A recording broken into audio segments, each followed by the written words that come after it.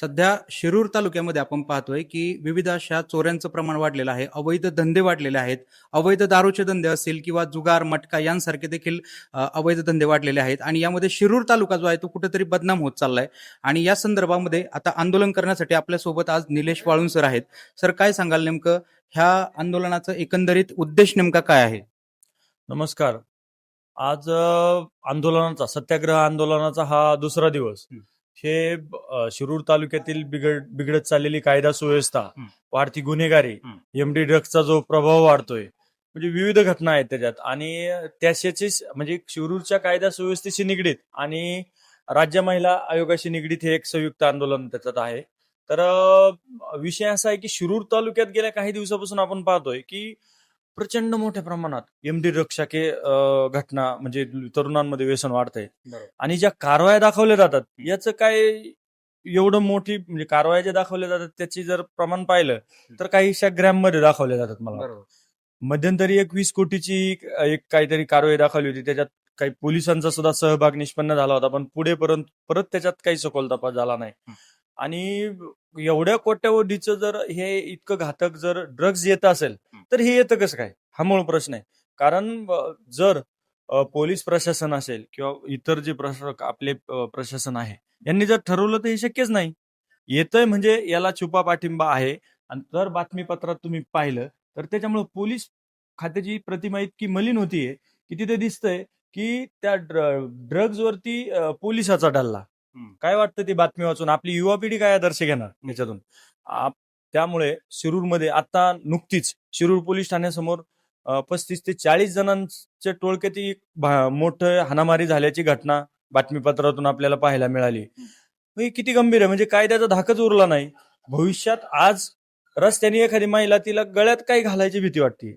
आज एखाद्या महिलेचं मंगळसूत्र असेल किंवा इतर कोणताही दागिना महिलेला जर घालायचा आहे, ती रस्त्याने म्हणते, मी महिला आमच्यापाशी सांगतात, आता आंदोलन अनेकांनी सांगितलं की आम्ही काही दागिना घालावा का नाही याची भीती वाटायला लागली. कारण दागिन्याची भीती एक वेळेस कमी, पण त्याच्यामुळे आमच्या जीवाचं काय होईल, म्हणजे महिलांची सुरक्षा, बालकांची सुरक्षा, युवा बर्बाद होतोय.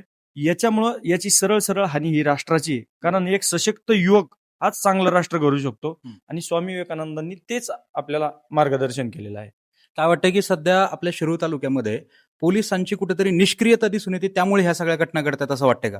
हो, नक्कीच. ह्या निष्क्रियतेमुळेच आपण मागणी केलेली आहे. तुम्ही जर मागणी पत्रात पाहिलं तर आपण म्हणलेलं आहे की शिरूर पोलीस ठाण्यासाठी तात्काळ एखाद्या दबंग अधिकाऱ्याची नियुक्ती करा आणि शिरूरसाठी स्वतंत्र पोलीस उपविभागीय अधिकारी म्हणजे DYSP आहेत. बरोबर.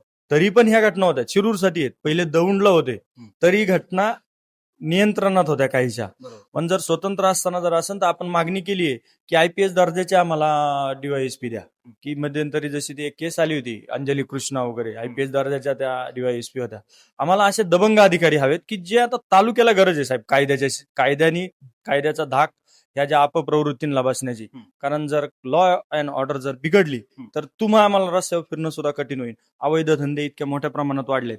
टपऱ्या डुपऱ्यांच्या गावाखेड्यांच्या शाळांच्या शेजारी अनेक ठिकाणी गुटखे विक्री होतात, दारू चालते, सगळ्या गोष्टी याला लगाम कोण घालणार? यासाठीच आम्ही आदरणीय अण्णा हजारे, आमचे सामाजिक गुरु आदरणीय अण्णा हजारे यांचे आशीर्वाद घेतले आणि अण्णांचे आशीर्वाद घेऊन आम्ही आंदोलन सुरू केलं आहे. आणि जर प्रशासनाने किंवा शासनाने याची अजून गांभीर्याने दखल घेतली नाही तर आपण अण्णांच्याकडे पुन्हा एकदा याबाबत कळवणार आहोत आणि हे आंदोलन लोकशाही मार्गानेच आणि शांततेच्या मार्गानेच अधिक तीव्र करणार आहोत. आणि जनतेचा सहभाग याच्यामध्ये मोठ्या प्रमाणात होतोय. जनतेला ह्या आंदोलनामुळे एक कुठेतरी भावना व्यक्त करायला जागा मिळाली आहे. आणि मी तालुक्यातील सर्व नागरिकांना अशी विनंती करतो नम्रतेने की याच्यामध्ये मोठ्या सहभाग नोंदवा. आपल्याला जनसहभागातून ही मोठी चळवळ उभी करून आपल्याला तालुक्याची ही जी प्रतिमा खराब होते याच्यासाठी लढावंच लागेल. तर आपण पाहतो या ठिकाणी अनेक लोक आहेत की जे समाज सुधारण्यासाठी प्रयत्न करत आहेत. आपला वेळ देऊन या ठिकाणी पोलीस प्रशासन असेल, महसूल प्रशासन असेल, अजून कोणतं प्रशासन असेल, त्या प्रशासनांकडे विविध अशा समस्यांच्या सोडवणुकीसाठी मागणी करत आहेत. जर आज आपण पाहिलं, गावागावांमध्ये पाहिलं तर अगदी डीपी चोरीचं प्रमाण देखील वाढलेलं आहे. आपण ह्या साईडला रांजणगावच्या पुढे जर गेलो, गणेगाव साईड असेल, पुढे पिंपरी तुम्हाला असेल, या साईडला डीपी चोरींचं प्रमाण खूप वाढलेलं आहे. त्याचप्रमाणे रस्त्याने जाताना ज्या काही आपल्या स्त्रिया आहेत, महिला आहेत, त्यांच्या सोनचाकळी चोरीचं प्रमाण देखील वाढलेलं आहे. तर या संदर्भामध्ये प्रशासन जे आहे ते डोळझाक करते का, असा एक प्रश्न मनामध्ये निर्माण होतोय. हा. तुम्ही जर पाहिलं गेल्या काही दिवसांपासून आपली मागणी होती, पोलीस अधीक्षकांनी आपल्याला आश्वासन दिलं होतं फोनद्वारे की आम्ही मागणी केली होती की आम्हाला एक सक्षम असे डीवायएसपी द्या. ही ती बातमी दैनिक प्रभातला आलेली. त्यानंतर तालुक्यातील ह्या विविध घटनांच्या बाबत ह्या बातमीपत्र एवढ्या बातम्या आल्यात की तुम्हाला त्या बातम्या वाचून म्हणजे थकवा येईन एवढ्या बातम्या आहेत आणि एवढं गंभीर प्रकरण असताना एवढी बातमीपत्र प्रसारित होत आहेत आणि तरी जर शासन असेल किंवा प्रशासन असेल याकडे जर गांभीर्याने लक्ष देत नसेल तर मला वाटतं की हा कायद्याचा धाक संपत चाललाय आणि हे चांगल्या लोकशाही समाजासाठी हे नक्कीच चांगलं नाही.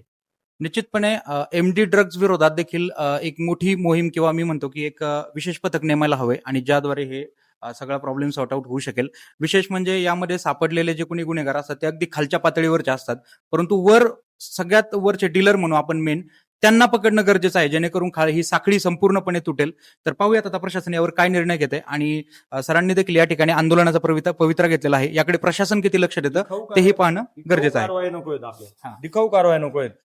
मोठाले मासे सोडून दिखाऊ कारवाई होत आहेत असं जनता सुद्धा इथं सांगते.